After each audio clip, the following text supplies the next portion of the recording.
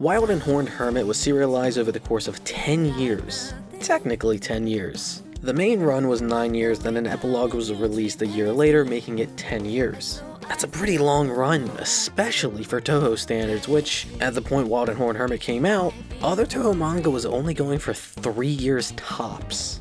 When Wild and Horned Hermit's first chapter dropped, the last game to be released would have been Touhou 12, and during its 10-year run, 11 games would be released.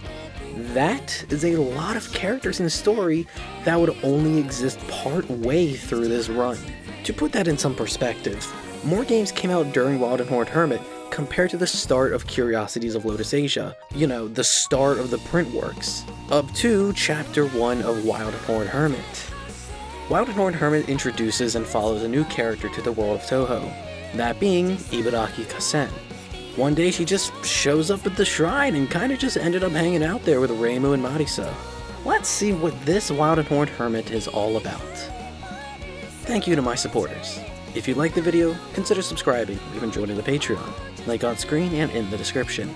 If you do, you'll be thanked in the videos, be able to watch each video a week early, as well as gain access to bonus videos, such as the bonus video for this one, which goes through the volumes of Wild and Horned Hermit, some bonus promotional items for it, as well as looking at a couple volumes of February, the magazine that Wild and Horned Hermit was serialized in.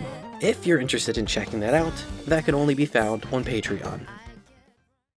One of the most interesting aspects of Wild and Horned Hermit to me is the artist herself, Aya Azuma. She was making Touhou doujins and was posting fan art on her Pixiv since back in 2008. Wow, a Pixiv account that's entirely safe for work? That's fucking novel! But she started up as the illustrator on Wild and Horned Hermit in 2010, and you can see that her art back then was unpolished. This was her first professional work and it shows. Especially with how melty some of the faces can be, like how Reimu's eyes will slide up to her forehead when she looks backwards. It's pretty sketchy at some points.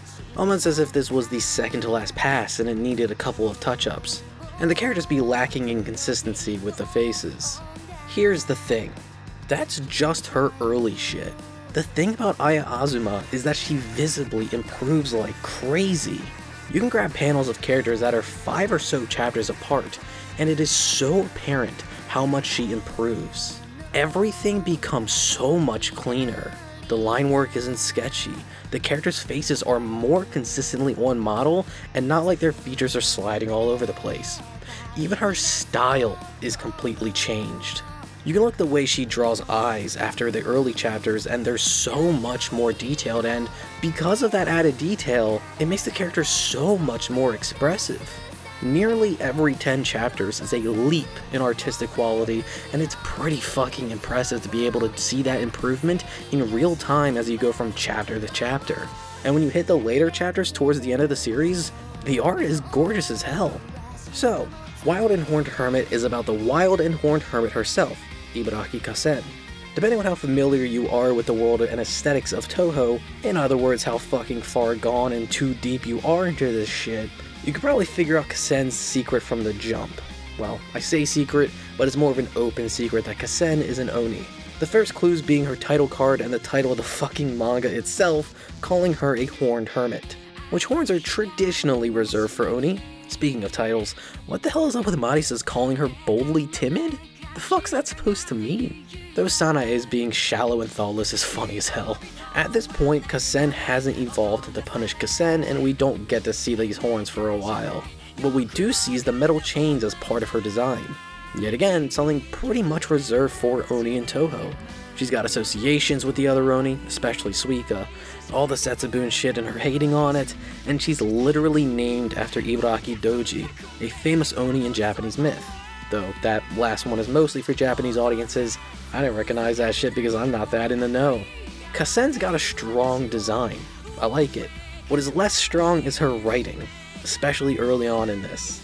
I'm convinced that Zoom didn't fully know how he wanted to write Kasen at first, given how different she is in the first couple chapters compared to the later chapters. In the first few chapters, Kasen is such a naggy bitch. She's practically fucking introduced nagging at Reimu, and that shit is constant. lecturing Reimu over trying to profit off the fake as hell Kappa arm, lecturing Reimu over being too lazy to help and getting an alloy, lecturing Reimu over staying away from the vengeful spirit's gold, lecturing Reimu calling her ass lazy and kidnapping her to force her into training. She even lectures Kanako a bit about the geysers. The whole first volume of Wild and Horned Hermit has nothing but Kasen bitching everyone out, and holy shit, can it be grating.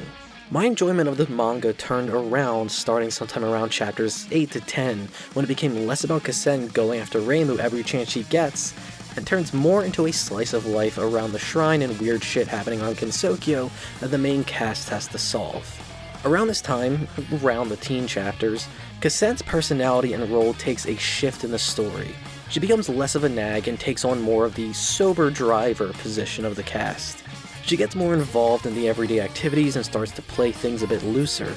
Like, she helps Reimu in her fuck-ass amusement park plan to attract people to the shrine, which is something that I don't think early Kasen would have done at all. I think she'd say some bullshit about Reimu being too ambitious or whatever. And it's really funny how Kasen is introduced as basically being the arbiter of morals and shit when she is straight up an accomplice to burning down a family's house. Like, what the fuck? That's fucked up! And all for what? Training her pet dragon? Genuinely some messed up behavior. Kasen at her worst. I do think one of the best examples of what Zune was probably going for with early Kasen would be in chapter 20. Reimu's being a bit too greedy in hosting a festival that's a bit too large, and she doesn't listen to Kasen's warning to call the festival off for the day.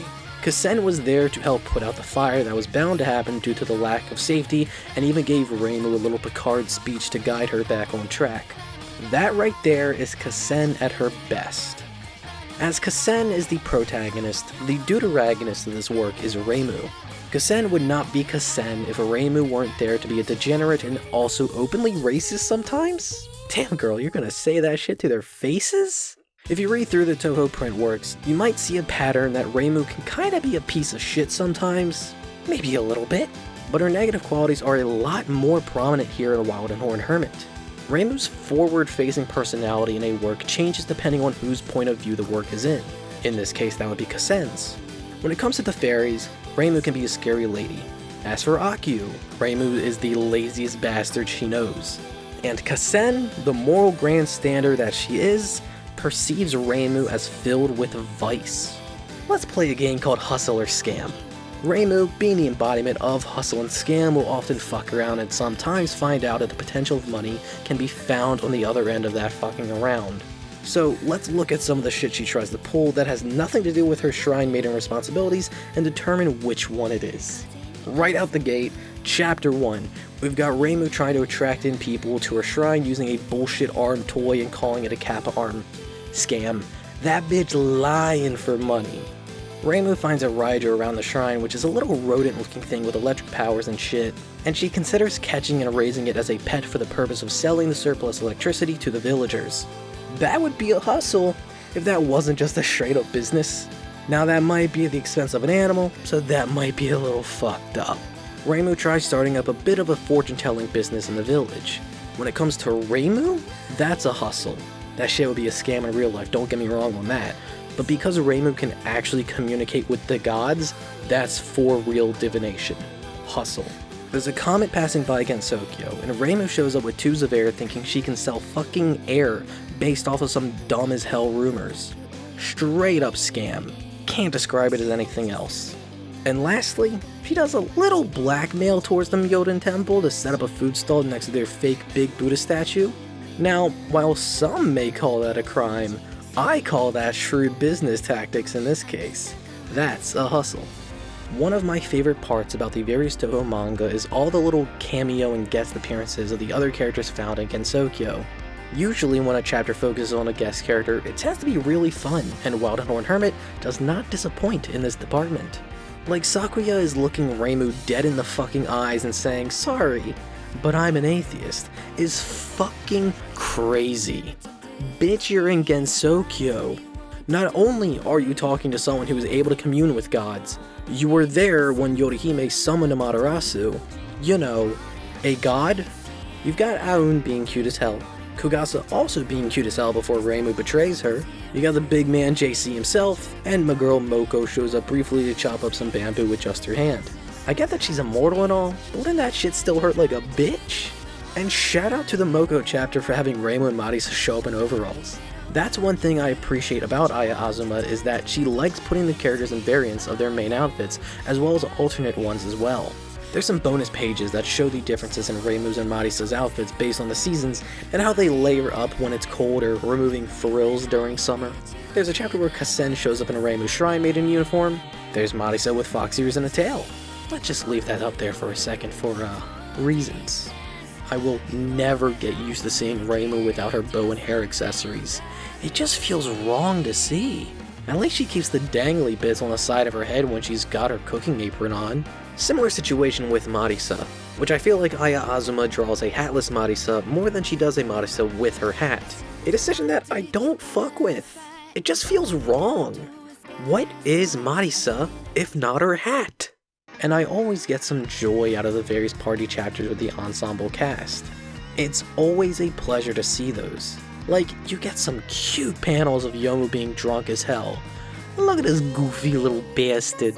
You get the famous Ormilia Yuck panel, which is super adorable. When it comes to Wild and Horned Hermit as a whole, its start is hella rough. But as you read more and progress through the chapters, it gets a lot better in the art and the writing as well. Though, I'll be real, some of these chapters can feel like they come from JoJo with how much of a wiki dump they can be.